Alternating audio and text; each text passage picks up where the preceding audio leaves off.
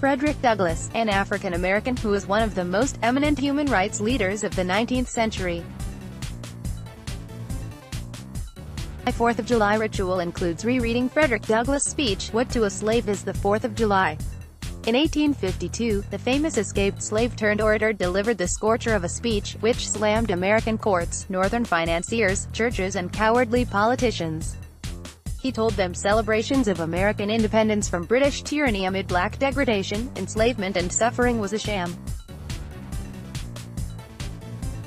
To the slave, he said, July 4th was a scam, mere bombast, fraud, deception, impiety, and hypocrisy, a thin veil to cover up crimes which would disgrace a nation of savages.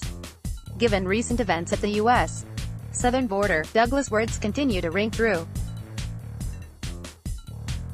There is not a nation on the earth guilty of practices more shocking and bloody than are the people of these United States, at this very hour. Since returning from a trip to London, I have added another work to my personal canon of literature that expresses the complicated relationship black people have with patriotism throughout the African diaspora. In Winsome Pinnock's brilliant play, Leave-Taking, which recently ended a run at London's Bush Theatre, we meet a middle-aged man named Broderick living in 1980s London. He has spent his whole life believing himself to be a British subject. He has waved the Union Jack on Empire Day and has tipped his hat at the image of the Queen since his childhood in his native Jamaica. Broderick, like other Caribbean immigrants of the Windrush generations, has made a home in the city as a Commonwealth national. With the passage of the British Nationality Act 1948, many West Indian immigrants found employment helping rebuild England after World War II. But then, the British government sent him a letter breaking the news. He was actually an alien, and he needed to pay a fee to prove his nationality. His childhood friend takes this news in stride. So we pay the £50 and now we nationality secure, she says. Secure what? He balks. Till them change their mind again? Then he kisses his teeth. To the slave, Douglass said, the July 4th was a scam. Though the play debuted in 1987, it has resonated in the UK.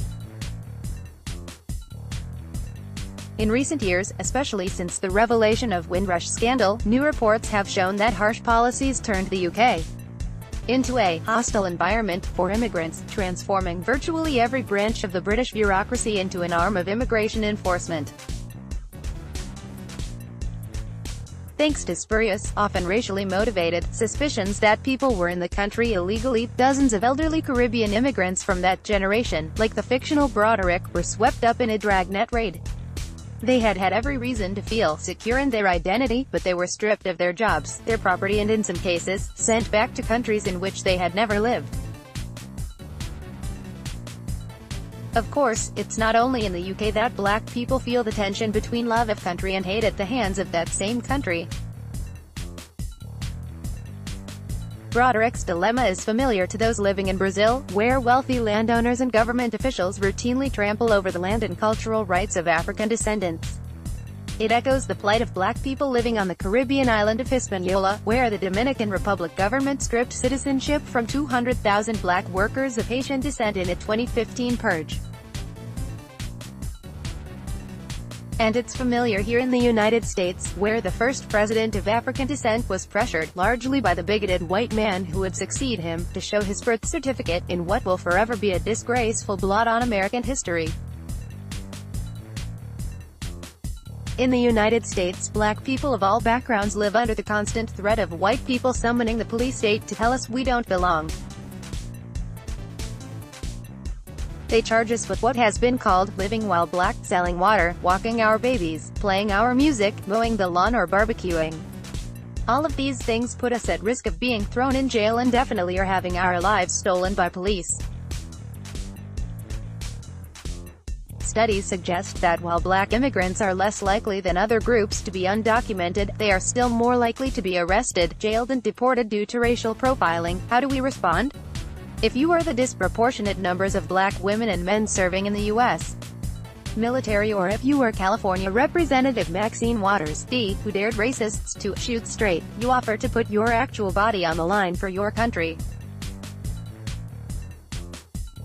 Even then, the gap between America's promise and its reality causes a level of toxic stress that is literally making black people sick. I know that there are those who are talking about censuring me, talking about kicking me out of Congress, talking about shooting me, talking about hanging me. Rep. All I have to say is this: if you shoot me, you'd better shoot straight. The fictional Broderick drinks his problems away. The play's other main characters turn to traditional healers, or Abia, women, for help coping. It's not easy to turn you back on one country and start fresh in foreign, explains Maya, the Jamaican healer living in London. It mash up your life. Later, she continues, you think things would change by now. My grandfather's grandfather came from Jamaica in the hold of a ship. My mother did run away to Cuba in the 20s to cut cane, and I came here. It must be some kind of curse that condemns our people to wander the earth like ghosts who can't find rest. Xenophobia still reigns in Europe. Black Brits that I spoke to fretted about Brexit and the fledgling Make Britain Great Again movement, which is inspired by America's own flourishing anti-immigrant leadership. An outcry over the Windrush scandal chastened UK Prime Minister Theresa May, and she made a full-throated apology, announcing the formation of a commission to make things right.